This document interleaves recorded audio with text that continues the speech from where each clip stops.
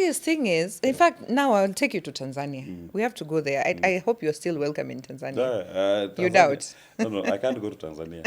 I don't share countries with despots.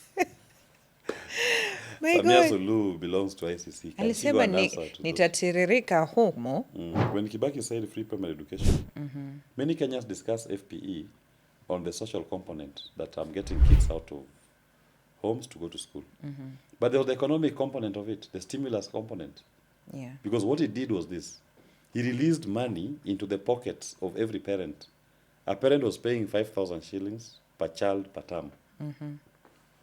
Now he had 5,000 shillings in his pocket. Ingekuwa ya kwamba hizi kura imefanyika, Wangejua na on the amepata hiyo spot. milioni 81, hata kwa sababu kura ya ubunge na kura ya rais ilikuwa siku moja. Ilikuwa polling station moja.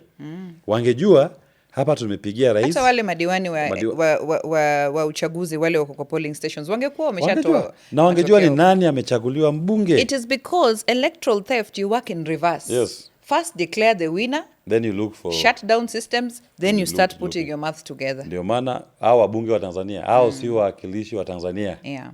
Ukweli usemwe.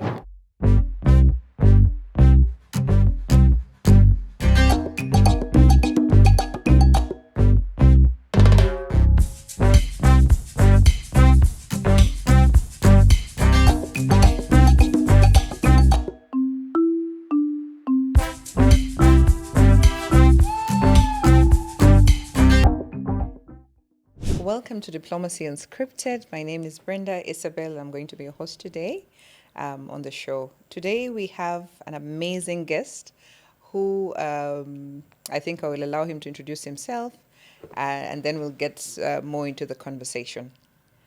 Willis, introduce yourself, please. Thank you very much, Brenda. I'm Willis Otieno, Yeah. the Deputy Party Leader of Safina Party. Safina Pesa, the Party of Economic and Social Advancement. The party? Of Economic and Social Advancement. Safina Pesa. Safina Pesa. Yes. Why Safina Pesa? Safina Pesa. The Kenyan people are suffering for lack of money. That's true. So we want Safina as a party that has fashioned itself to be about the economic and social advancement. PESA. Ah, okay. The Party of Economic and Social Advancement. Safina Pesa. Pesa. I hope you leave me some money by the time you leave studio Don't today. worry. It's Safina Pesa. Thank you. Yes, thank So you. now that I'm seated with money, my question would be, in terms of economic transformation, if you can tell me a bit about Safina, because I think as Kenyans are gearing towards 2027, we are looking at alternative leadership. I think the caricatures that we are seeing are things that we are not very happy with as Kenyans. And it is important for, I don't want to say smaller parties, but parties that are not too popular to at least start, hitting the ground. You know what we've had are legacy politicians and legacy political parties that just exist to give some few individuals jobs. They create positions for themselves. It's about an individual ascending to a higher office and to make money for himself. That is legacy politics. Yeah. That is what we are rejecting in Safina. As Safina, we are very clear. Our political party and cause is about the economic advancement of the people. And we looked at the country, we've identified that the key issue that the Kenyan people care about is the economy. It's the economy, stupid. Why do we say so?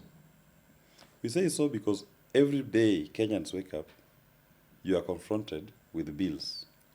In fact, some people say you walk out of the house and the air you breathe is just a new bill to be paid. Yeah. Whereas your pocket is shrinking. Yeah. How many of our young people don't have jobs? Too many. So you ask yourself, why?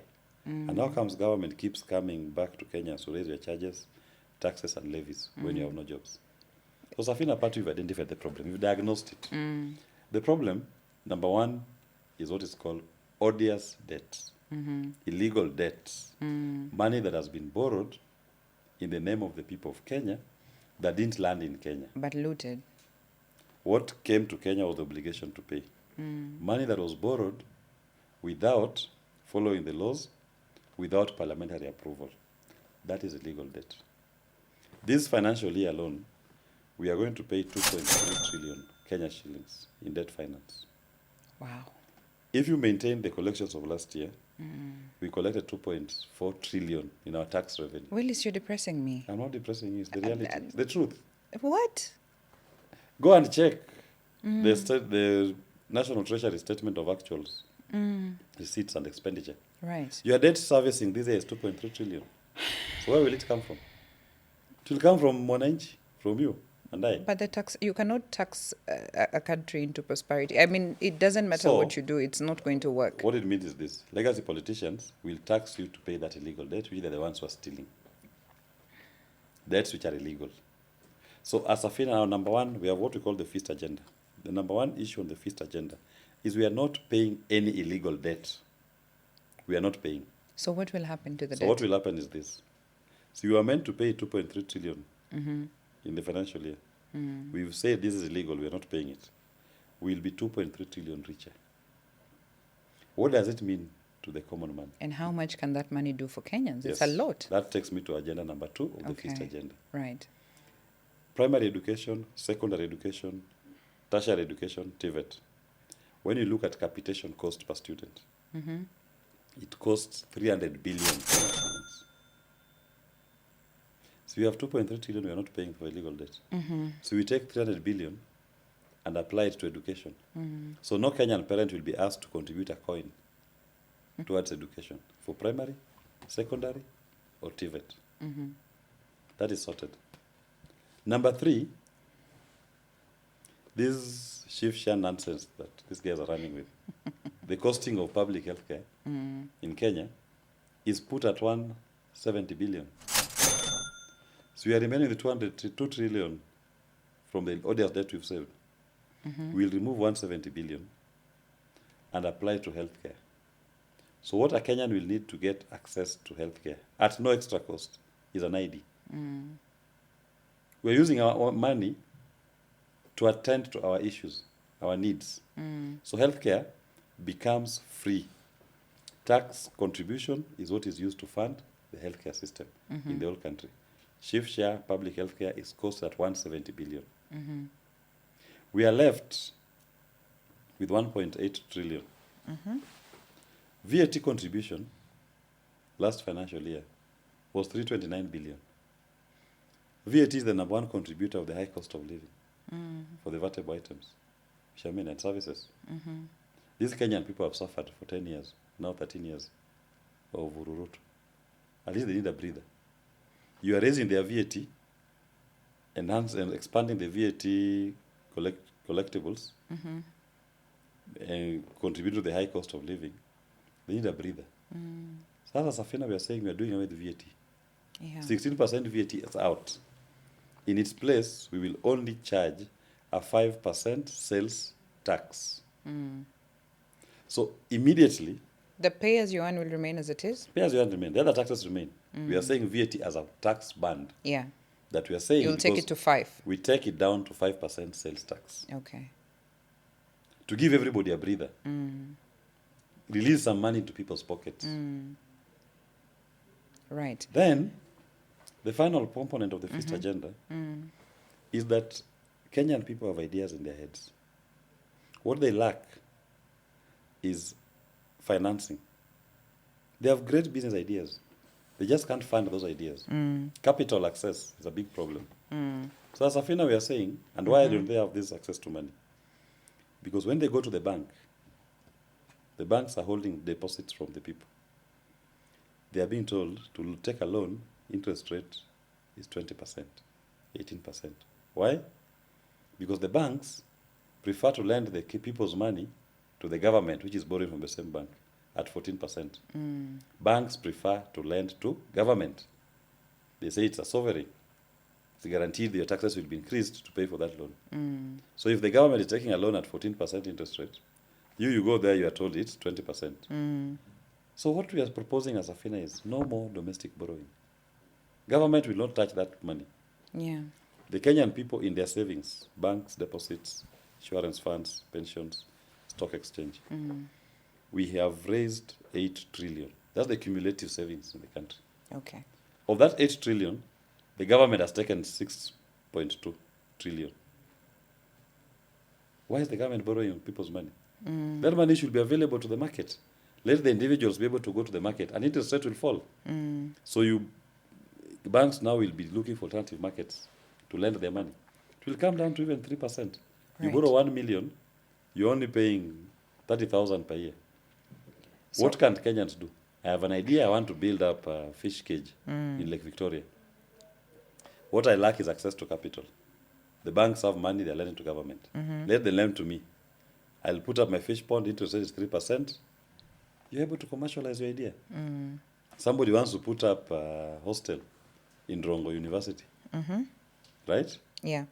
What is lacking now is capital. He goes to the bank, he's told 20% interest rate, he can't afford it.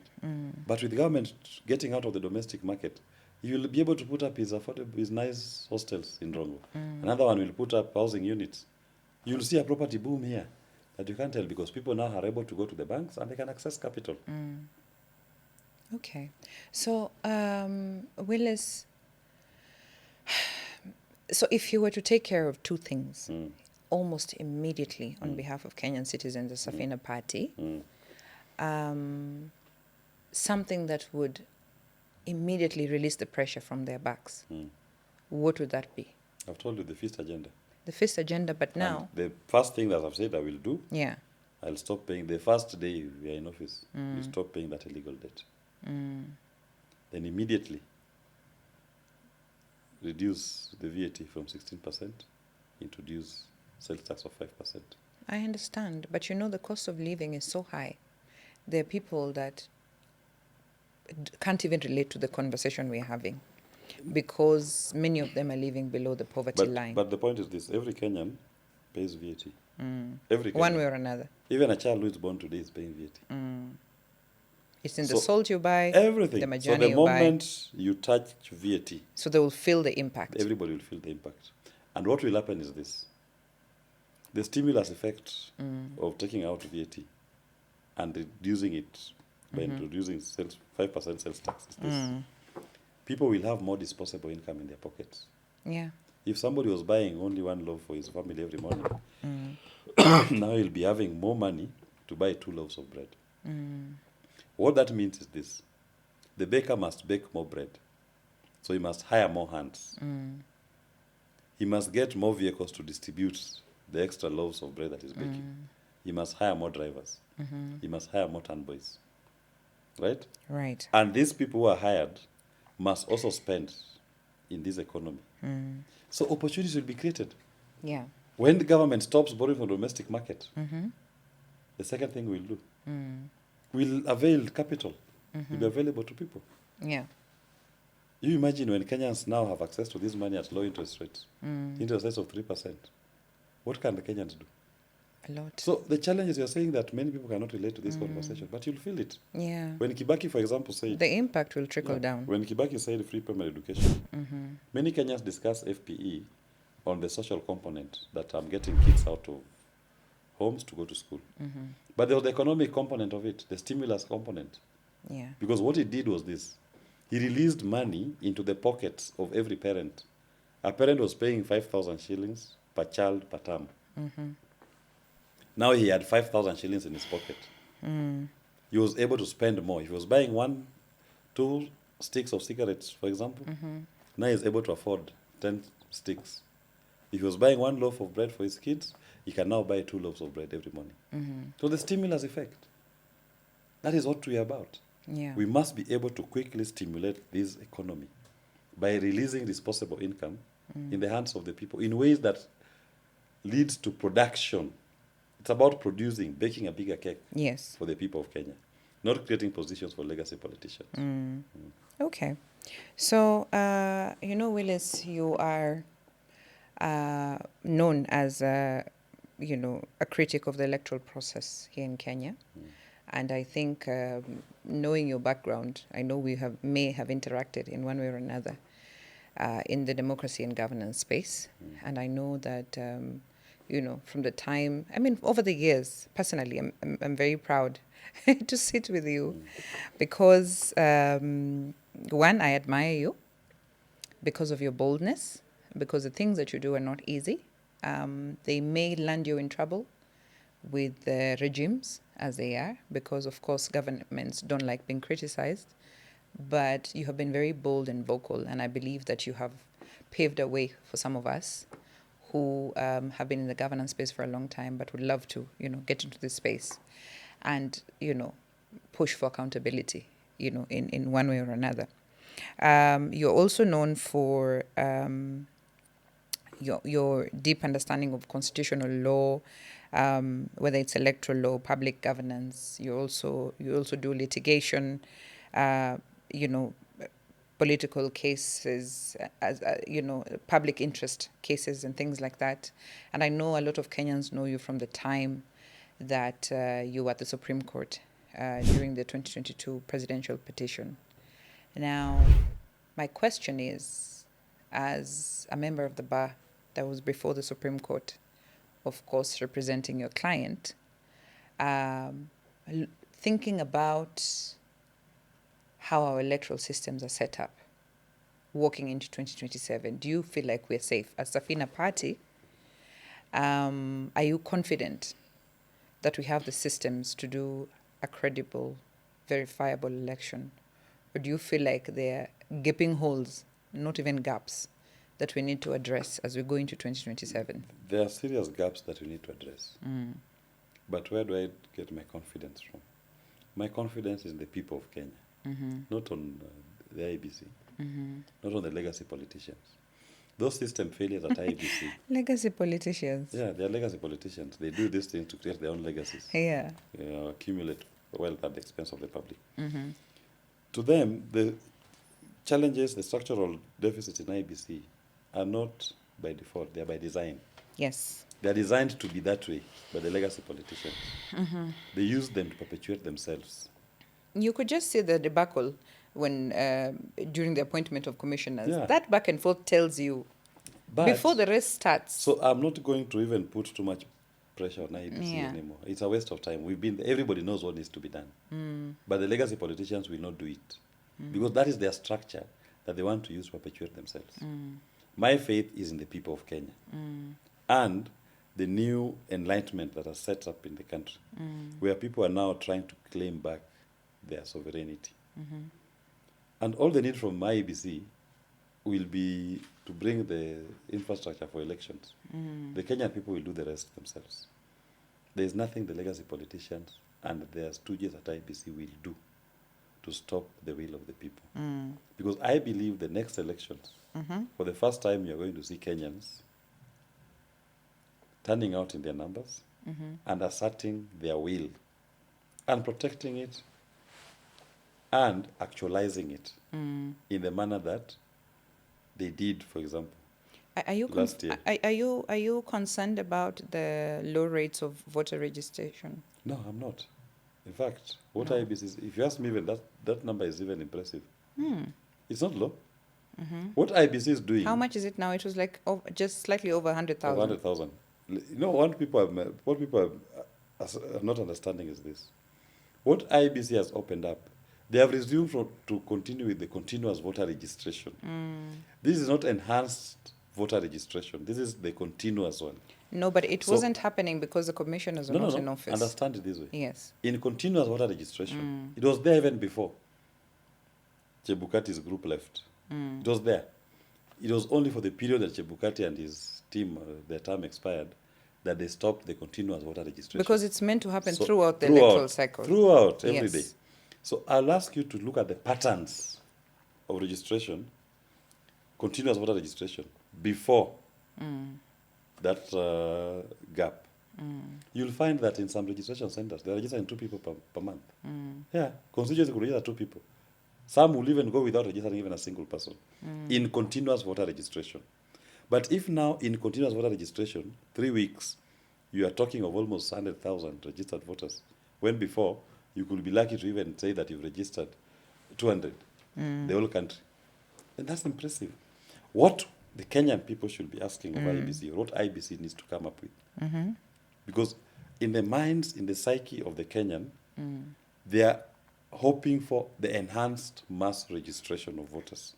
in enhanced registration of voters is where IBC will go out into the community at the polling stations in religious place of worship to register voters. And they do it at every polling station. They station a kit. The current continuous voter registration is only done at the constituency IBC offices. There is not a single kit that is moving from the constituency center to go to the community. So I will only say that there's a problem if in enhanced voter registration, the numbers were that few. But since this is continuous voter registration that we are doing, It and looks the numbers are that, Yeah. compared to previous episodes, Yeah. because we've had this continuous registration from 2013, it's been there. If you look at the numbers which have been registered from 2013 and the numbers being registered now in continuous voter registrations, these numbers are impressive. It's impressive. It's impressive. You know, I think the high expectation might have come from the fact that in 2024, we had the Gen Z factor happening. So we saw a lot of young people that we have been trying to convince to care about their governance. But for a long time, it was very difficult for them to, even pay attention to what's happening to the, on the governance of the country.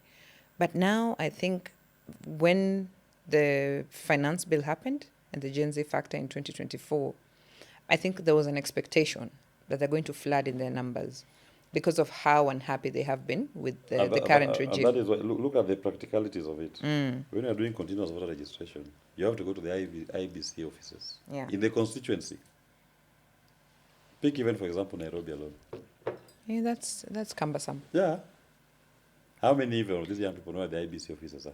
But IBC has very little wiggle room. You know how the IBC Act is literally like a straitjacket.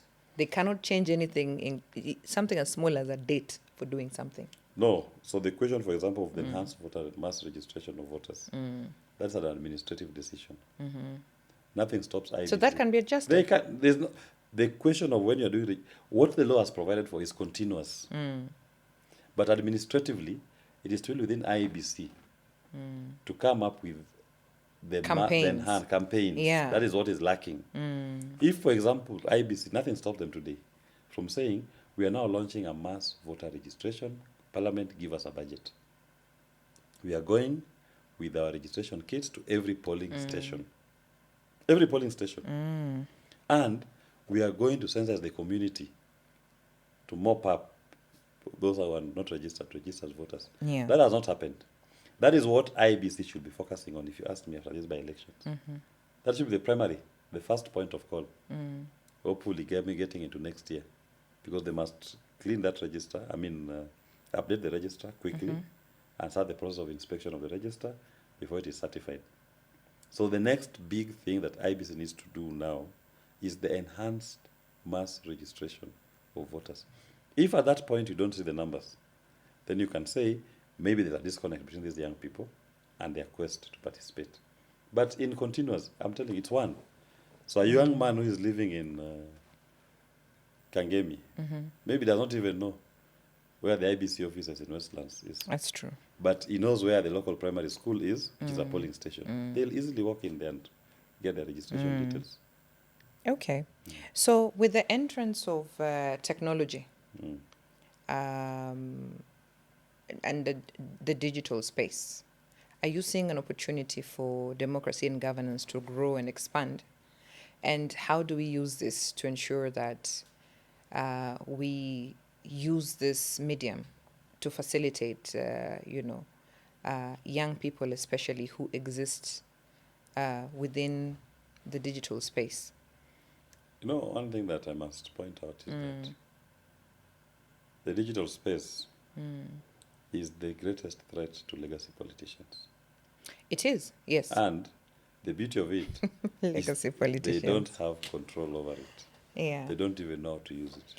It's a new tool of mobilization. No wonder in Tanzania they switched off the internet. Switched off the lights. Yeah. That's Stima pia ilizimwa. Stima pia wakazima internet. Jamani, watu walikuwa kwa giza, no communication. Yeah, no communication. So they think now they can do everything, not knowing that pictures can be taken and will be uploaded. The craziest thing is, in fact, now I'll take you to Tanzania. We have to go there. I hope you're still welcome in Tanzania. Tanzania. You doubt? No, I can't go to Tanzania. I don't share countries with despots. My Samia God. Suluhu belongs to ICC. Alisema nitatiririka humo. That mama is anyways, I almost said something bad. Let me hold my tongue lest I am banned like you. Yeah, I'm not banned. I've just made a cautious decision. No, listen, you are banned. I am informing you. I'm not banned. High intelligence. Mimi ni citizen. Ikikutiririkia hivi kidogo. Mimi ni citizen wa jumuiya. No, but you see they don't like the vocal people that call out. They'll stop me from entering the country, but it's okay. It's okay. I stand with the people of Tanzania. Absolutely. I stand with the young people of Tanzania. Tarehe 9 mwezi wa 12. Maandamano. Lazima nchi ipate uhuru. How do we sneak in? We will be there on the digital space. That is why I say the digital space has given us an opportunity.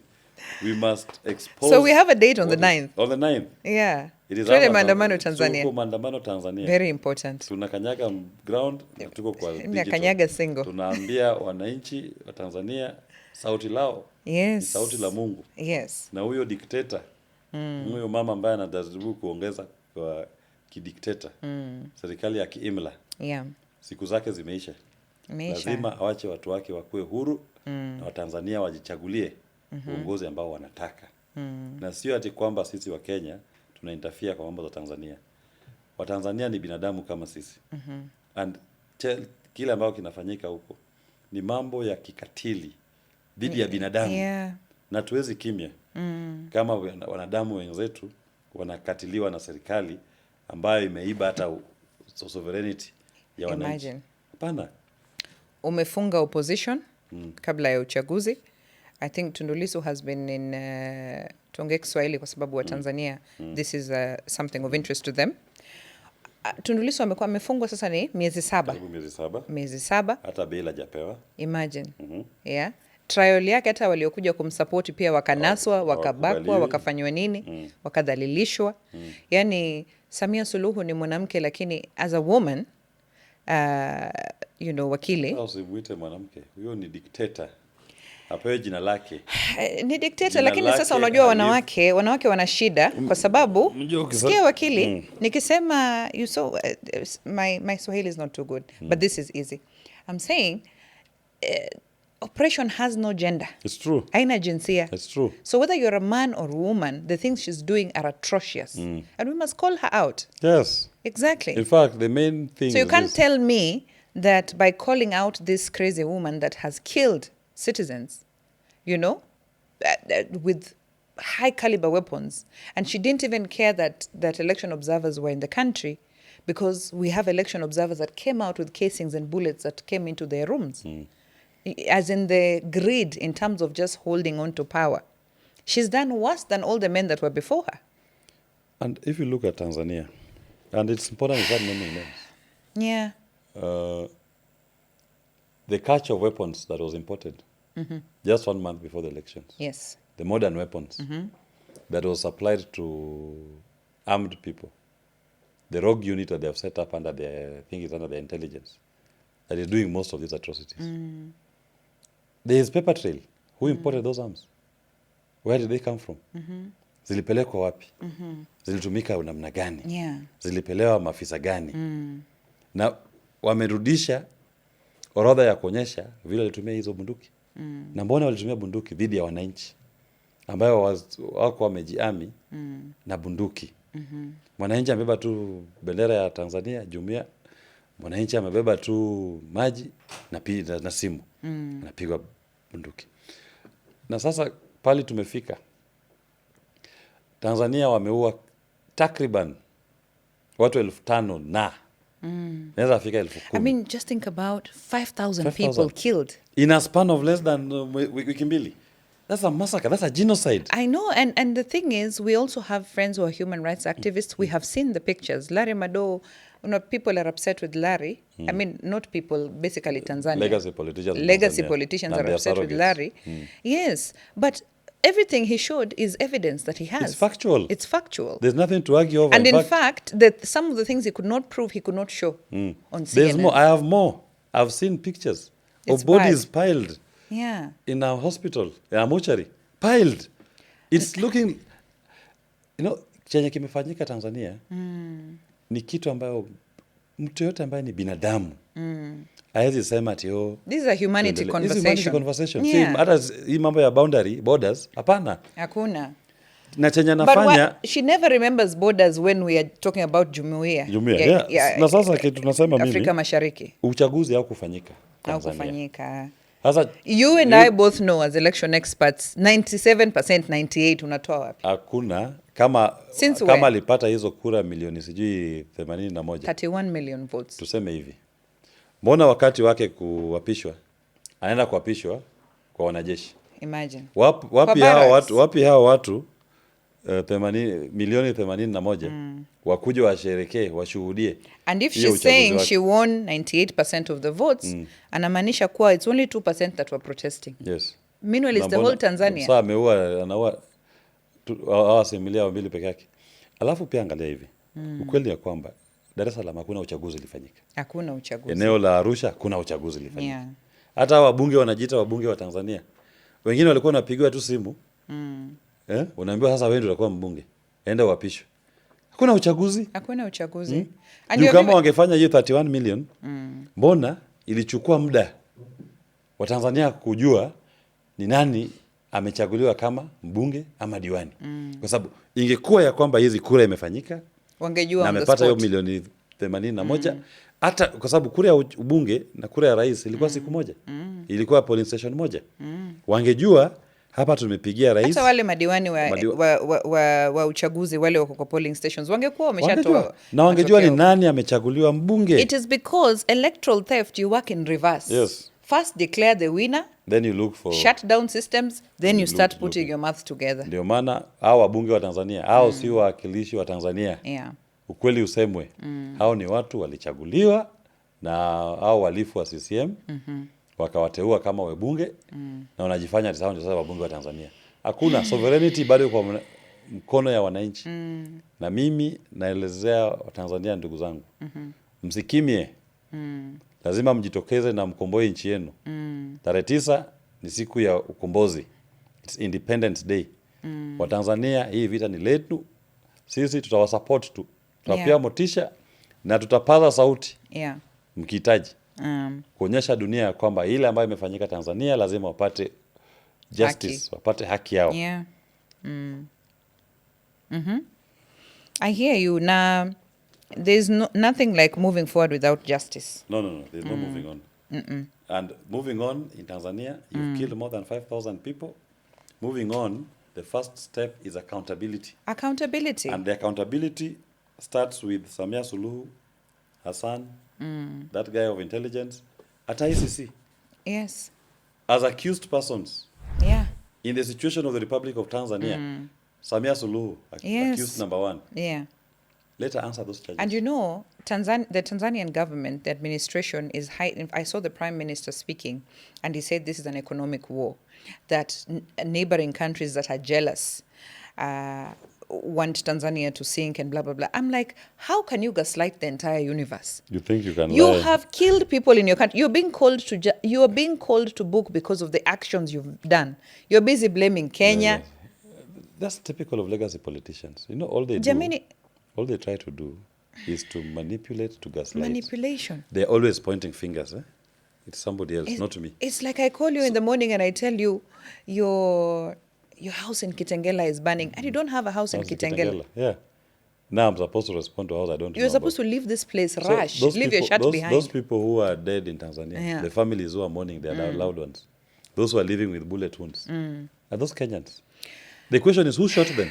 Who shot They them? were not shot by Kenya police or Kenya Exactly. army. They were shot by Samia Suluhu's rogue regime. And the reason why Kenyans are advocating on behalf of their Tanzanian brothers is because we know they are gagged. Yeah. They cannot speak. And na kwanza, I think the head of, is it defense? Alisema, if there's any Tanzanian that is going to share any pictures of any maimed, harmed or killed persons is going to be considered terrorism. Huyo mtu ni mjinga sana. Ni mjinga sijui kama nini. Jinga. Yeah. Ningemtusi ile mbaya sana lakini tu tuko kwa air. Shida sio kupiga picha. Yeah. Inafaa yeye kama naelewa kazi yake. Kama mtu ako na picha ya mtu ameshutiwa, mtu amekufa, ameuliwa. Kazi yake ni kuangalia, kufanya uchunguzi. Ni nani ameua. Yeah. Sio kutuambia ati kwamba kushare picture. It's because they want to hide the truth. Yeye ndio terrorist number 1.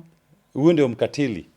Yeye ndio terrorist is committing acts of terrorism against the people of Tanzania. But also we must applaud the West. The U.S. Committee for Foreign Affairs in Senate has come out very strongly to condemn the madness that is happening in Tanzania, has called out the Tanzanian government, and in fact has dared to say that there was no free and fair election. There's in no fact, elections. no elections happened there. The European Union, especially the European Parliament, has also come out very strongly. They're strong, they're firm on it. Very firm, and they're even calling for sanctions. You see? On Tanzania. It cannot be business No, as it usual cannot as a be. despot is in power. In fact, they Na should now kwanza start going despot for ametuaibisha kama wanawake. Ameaibisha wanawake. Because women Dunia have nzima. fought so much. Do you know, people joke on social media and say, fear women, fear women. You know, it looks like a joke. Until this woman starts doing what she's doing. And now all of us look She bad. messes it up for all women. She's messing it up for all of us. We have She's fought taken back so much. She's taken back the quest of women leadership almost 50 years back. Absolutely. Given a platform to prove herself, an election which even if she allowed the opposition to participate, she could have maybe still won. Absolutely. But she wanted absolute power. But you And remember then when... to kill Tanzanians to achieve that absolute power. When she came into office, when Magufuli died, the late Magufuli died, you saw the people. So when she came into office, she came in promising change. She was very soft. Firm, of course, but soft. She went and released detainees that were jailed, whether they were human rights activists, media personalities and whatnot. And she said, you know, the opposition can campaign as though it is a gift she's giving them, you know.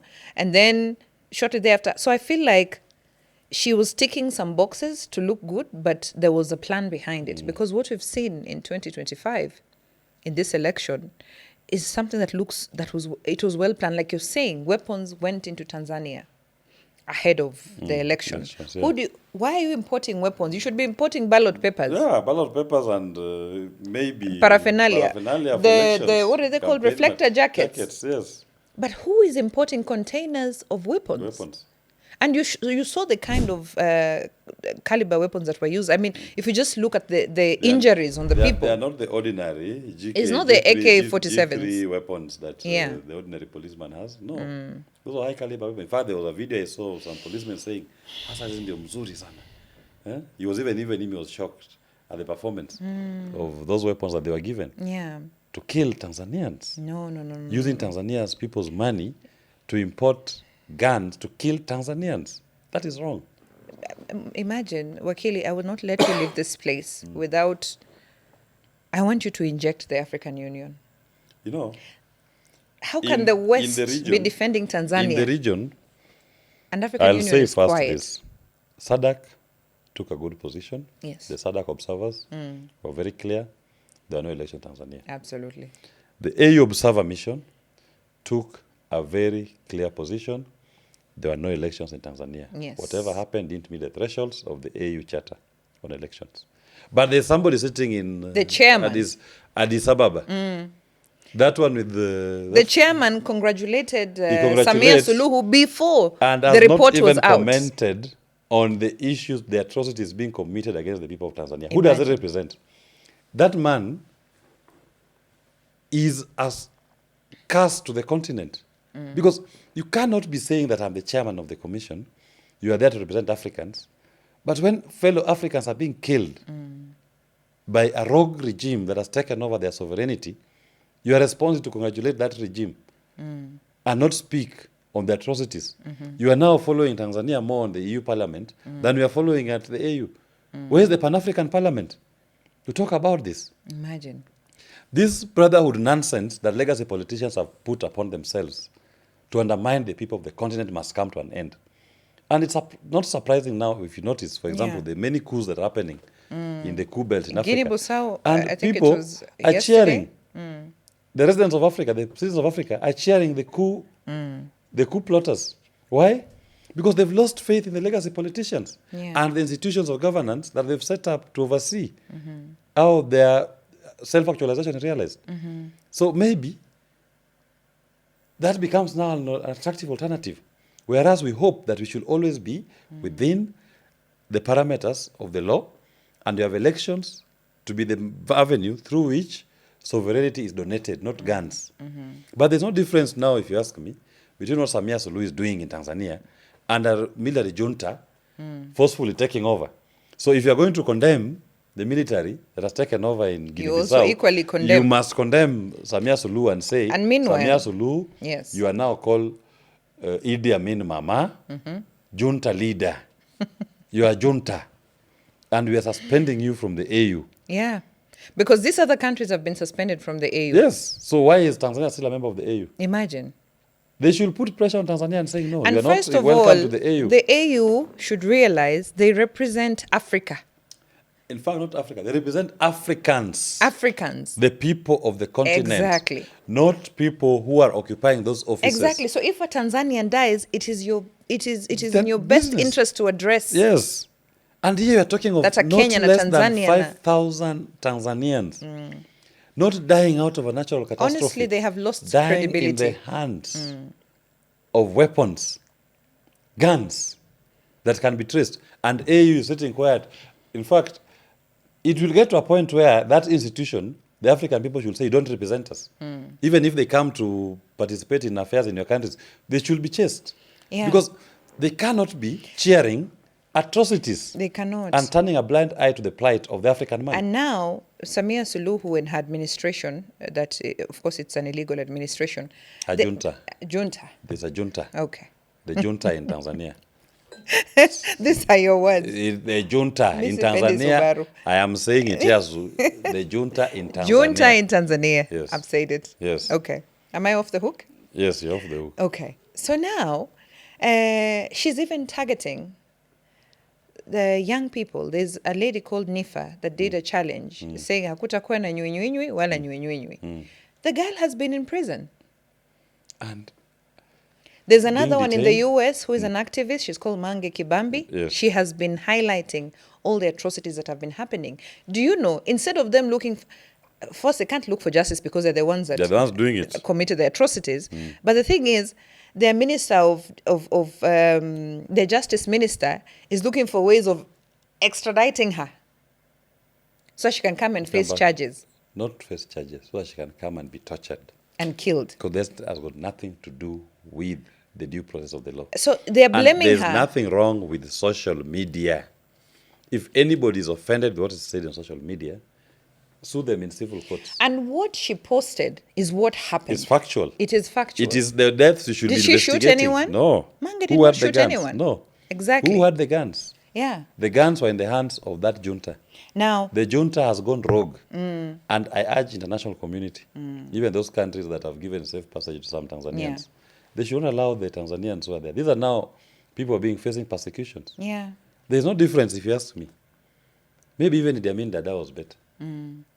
He didn't I think she learned from the men and she did worse. Yes. She decided Idi Amin to go Dada at beyond. least presented me as a dictator from the beginning. He will wear military You know what a fatigues. man can do, a woman can do better. It seems. But this one is not the face of women. No. Now she pretends women are amazing. To be a mother. Yeah. Pretends to be. With that soft voice mean, of because us. her son-in-law and her daughter are in cabinet. So you want me to call that a regime? Surely. It's a junta. It is a junta. Okay, I accept. This one is a junta. It is a junta. Clearly. Yeah. They are now a junta And the thing that is, has colonized and taken over the sovereignty of the people of Tanzania. The people of Tanzania are out there demanding for their justice. There's no difference between the junta and the British, for example, who came and colonized Africa. The only difference is these ones they are now more vicious. Yeah. If in 2 weeks you can kill 5,000 people, who are you? Yeah. You know, for a long time, and I know you can push back on this one, I have always believed that one of the people that mastered democracy capture in Kenya was Raila Odinga. With or without realizing, people think democracy capture is the state acting against the people, but sometimes the state is the captive.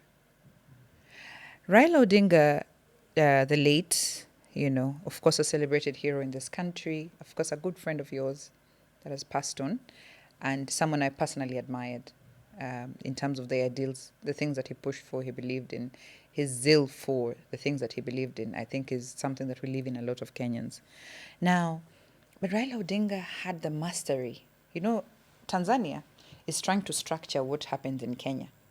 And now they're trying to come up with reconciliation things. But what they don't realize is that we have an infrastructure we are standing on called the Katiba that allows certain things to happen and our excesses are checked. But in Tanzania, the thing that they have that I think has been existing from 1961. 62. 1962. That is not a constitution. The ground they're standing on shifted a long time ago. But I think it serves the purpose of the people who are looting the nation to have that old document there that does not protect Tanzanians. Now, in Kenya here, Raila Odinga has never been president, but had the power to ensure that the government will not move unless he's on board. In my opinion, especially when we were doing the democracy capture index for 10 countries, I think Raila Odinga is someone I now particularly started studying closely. Just in terms of what we know capture as, in terms of democracy capture, is not always in the textbook definition, because I believe Raila Odinga's positioning in every regime was a form of capture. Do you think that's unfair?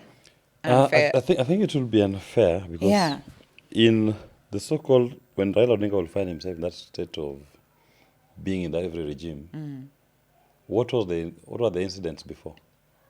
So electoral theft? Yes, so he's the victim. So the thieves will want to find compromise with the victim.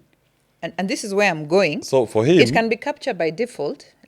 Allow me, Willis, because, the way Tanzania, Madam Suluhu has stolen the election, but the center will not hold. It's the same thing here.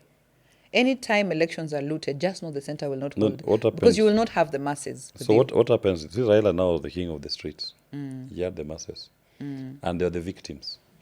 And every time you will go in on his compromise, it was about advancement. That is how you are progressively able to advance on our democratic space. Because you will go in with a reform agenda. He goes in with Moi. They say now we have to do a new constitution. And he's even the chairman of the Parliamentary Select Committee to review the constitution. He goes in with Kibaki. They have to finish the constitutional journey. And they give us 2010 constitution. He goes in with Uhuru. He comes out with the BBI. Raila was always about advancement.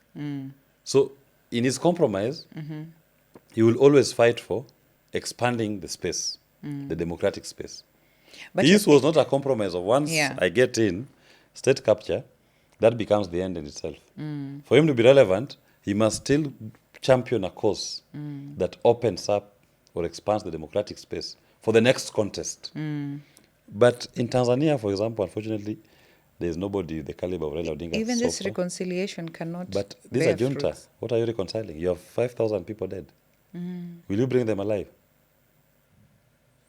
It's over. The only way, in my view, in Tanzania, the conversation they should have, and it's Tanzania to lead this conversation, not us, as we can only make commentaries, is how to go back into proper civilian rule, away from the junta. Proper elections, that are free and fair. Let Tanzanians make a decision as to who should lead them.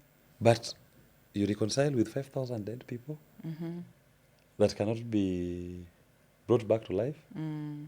She went too far. She went too far.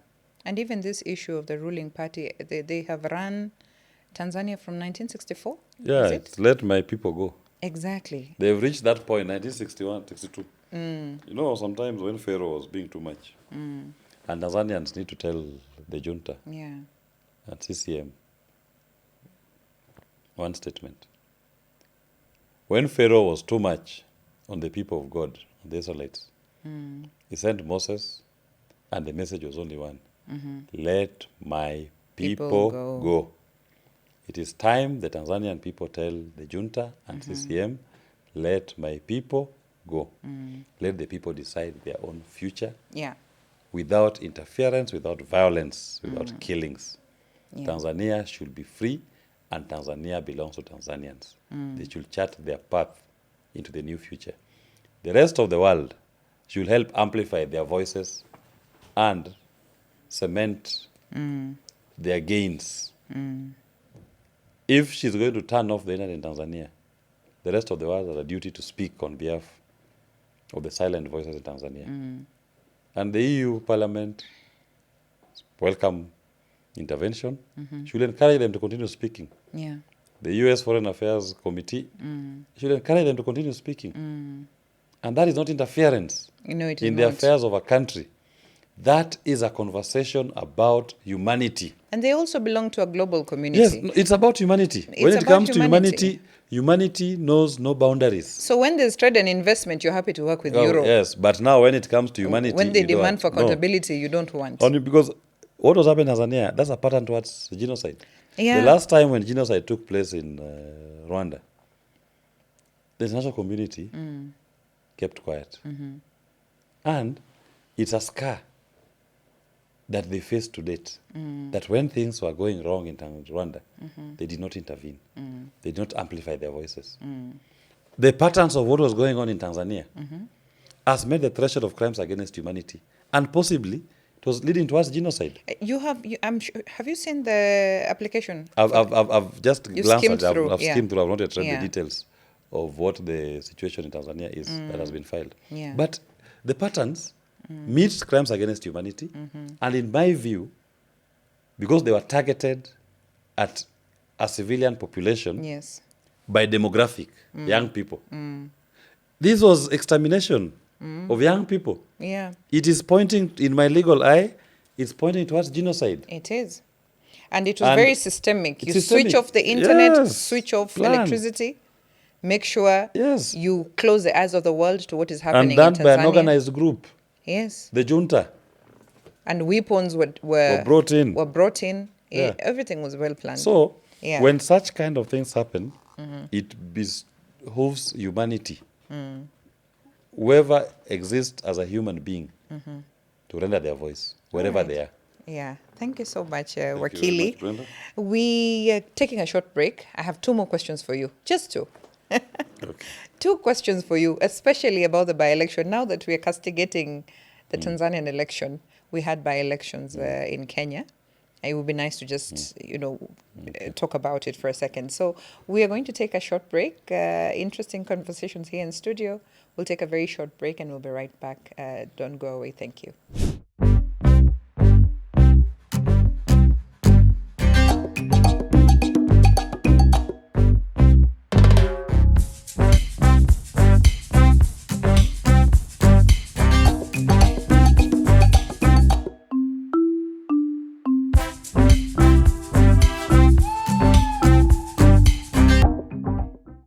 Welcome back to Diplomacy Unscripted. We're happy you're still here with us. With me in studio is a constitutional lawyer and someone who is almost becoming a human rights activist, but he will never admit it. But his name is Willis Otieno. So thank you for staying on with us. Thank you. Yes, so we'll continue this conversation. We have completely annihilated the caricature of Samia Suluhu and what she calls an election, and dismissed, of course, a lot of the things that we don't agree with in terms of what an election should look like. But now, here in Kenya, we had by-elections on the 27th of November. And I just want to hear your thoughts, because a lot is happening in the country. And I want you to respond to this with the mindset of 2027, because I believe that this is a stress test to check whether we are ready for the 2027 the sad thing elections. about the by-elections in Kenya was the violence Yeah. and the militarization of the elections. There were many, the goonification of our politics. There are so many goons in the contested areas. Fighting early morning. You're seeing fights all over, violence, widespread. You've seen the pictures. And what that does to you, it means that the moment people hear in the morning that a car has been burned, an MP has been attacked, automatically people stop going to vote. Yeah. It discourages voters. So largely, save for certain areas like Banisa and I think Magarini, there was a bit of violence. But Ganisa, I think Turkana and Kajiado, that were largely peaceful. The rest of the election did not meet the threshold of Article 81. Yeah. That election should be free from violence, intimidation of voters. Here there was widespread violence, Yeah. corruption, bribery of voters. Yes. And that undermines the true will of the people. But I'm not worried about that as a stress test to 2020, the next elections, for the simple reason that these are by-election. And in by-election, legacy politicians can decide to deploy all their goons and resources to achieve In one in one place. place. But in a general election, it's everywhere. It's scattered. It's scattered. You cannot. So that should not worry anybody. Okay. But in terms of political positioning, it portends a very bleak future for William Ruto, broad-based. What they see as a Pyrrhic victory is actually a loss. Because if you look at how they performed in some of those areas in the last election, those were areas where they were winning comfortably without a competition. Now, They have to spill blood. And they're losing votes. So it's bleeding votes. I'm sorry also for ODM. ODM areas where they could have easily won or even stood candidates in the last elections, now they could not. It was now just confined to win in one part of the country. Some parts they ceded. The Kisii region they ceded. Western they ceded. And those were their territory. So those who are still in that party, they should understand what Raila was doing. Raila's bastion was beyond the Luo Nyanza bastion. Yeah. And if they are going to campaign only in Luo Nyanza, then the party will face a trough. Yeah. But also something that came out in the by-elections, the incidence of low voter turnout. But you can excuse it that, okay, maybe by-elections, generally in Kenya as a trend, have always attracted low voter turnout. And we do hope that that is not a symptom of what will happen when the next elections called. And that Kenyans will come out in their numbers to cast and protect their votes. Okay. Do you believe that the ODM party will survive the loss of the late Right Honorable They're going to go Prime through Minister? turbulence. It's going to be a very turbulent period. Anybody who is there should tighten their seatbelts. Because Raila Odinga was, he had a large and life presence in ODM. And he was a glue. He was the unifier in the party. He was able to balance so many interests. Now, which is that fulcrum that balances all these interests? Not there. Yeah. And people have ambitions. Everybody wants to be that person. And whereas Raila had also a long time to develop these relationships, to be able to manage them, and loyalty was owed to him. Now, in his absence, to hold these competing interests in the party will be problematic. And then also you see the heavy hand of William Ruto and Kenya Kwanza in ODM, what they're calling the broad-based. There are people within ODM. You saw them in Mombasa as founding partners. Yeah, and you saw... The wheelbarrow was suddenly carrying oranges. Oranges. And you see, what wheelbarrow represents is not what ODM was about. ODM was always about the people. ODM was a party that was founded on advancing the poor's cause. What Winnie was saying. Yeah. ODM was not about people flying to Mombasa on chartered flights SGR, First Class. Yeah. No.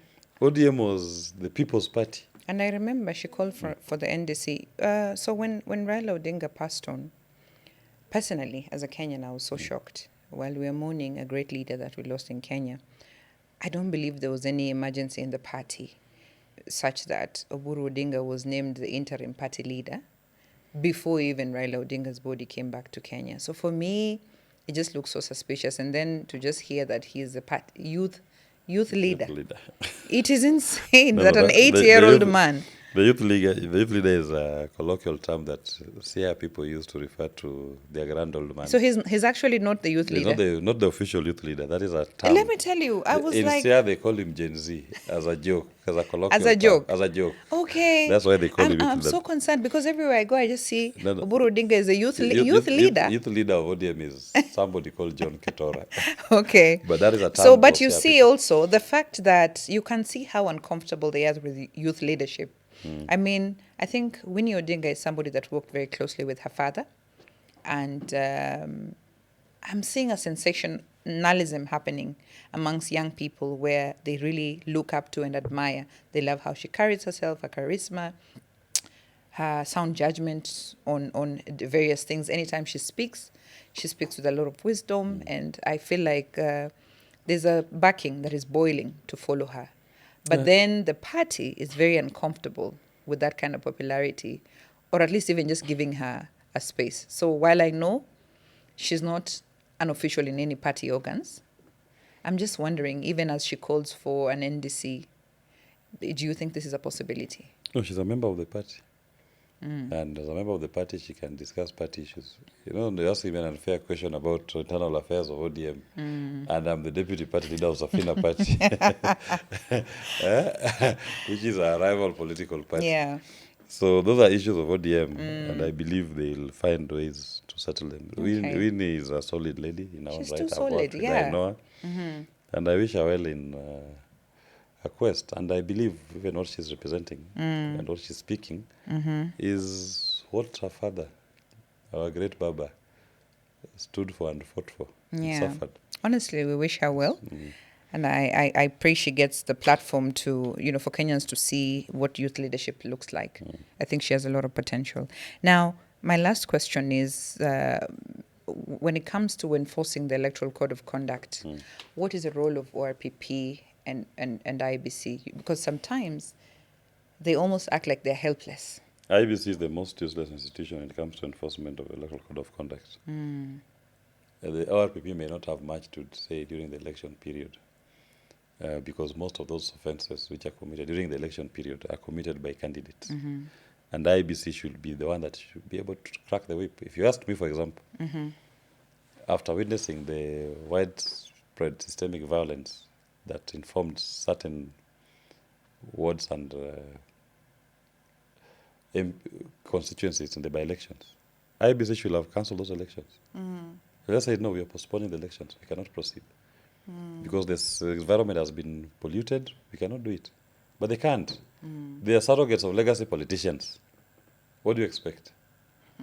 You're asking too much of surrogates. Talk to the masters. Okay. Yeah, and then in the 2027 general election, as we look forward to 2027, what do you think young people would be attracted to? Of course, as deputy party leader of Safina Party, I'm sure you guys are strategizing. I don't know whether you are going to vie for any position. Or at least Safina will have presidential candidate. Jimmy will be the candidate. I'm his running mate. Okay. And we are running on the economy. So anybody who's interested in having an issue-based politics, a campaign on the economy, Safina is the place. Anybody who wants to continue paying shift share, anybody who wants to pay education, there. Legacy politicians are there.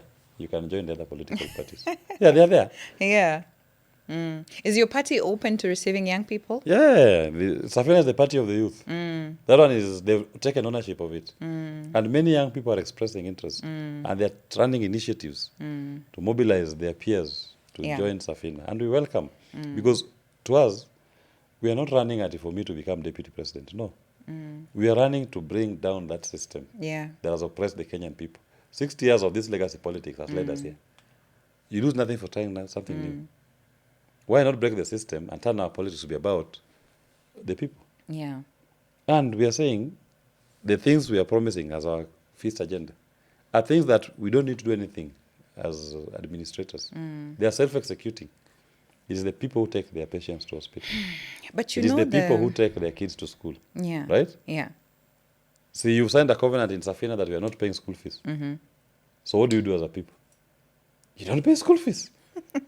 If you say you're not paying for hospital bills, You don't pay. you are the one who falls sick. You don't pay. If we say you're not paying VAT, 16, we are not paying 16% VAT, you're paying 5% sales tax, who pays VAT? Don't pay. Yeah.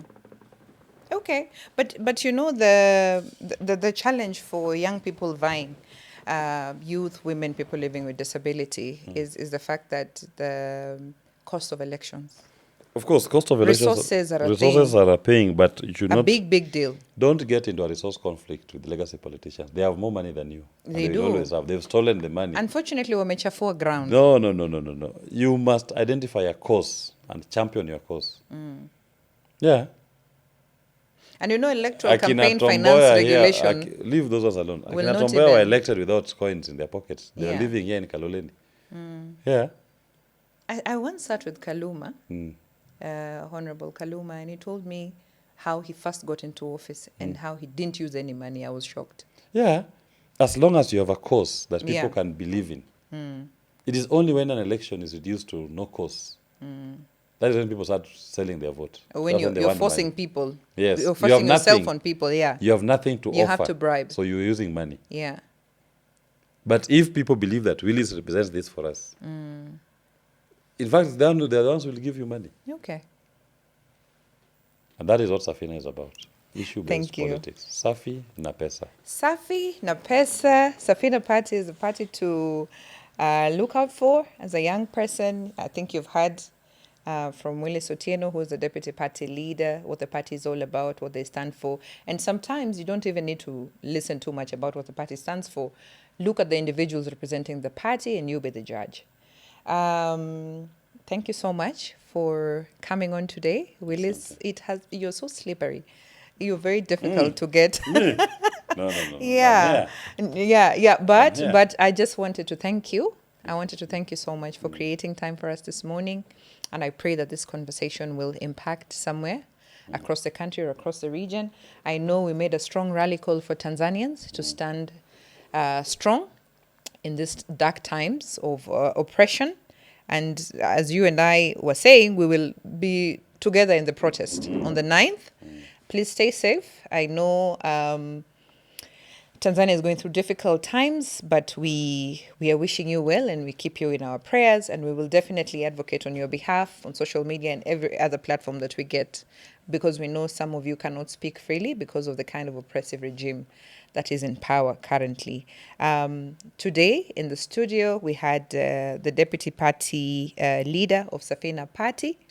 His name is Willis Otieno. Willis Otieno is a colorful critic of the electoral process, constitutional law, electoral law, public governance. He also litigates, So beyond the courtroom, he works to push back on, to ensure there's electoral integrity. He drinks, lives, sleeps elections. And I think this is why he, rightfully so, belongs to a party such as Safina. So it has been nice having you on studio. Thank you very much, Brenda. Yes. Thank you so much. Please follow us on all our social media platforms. The name is Diplomacy Unscripted. Asante.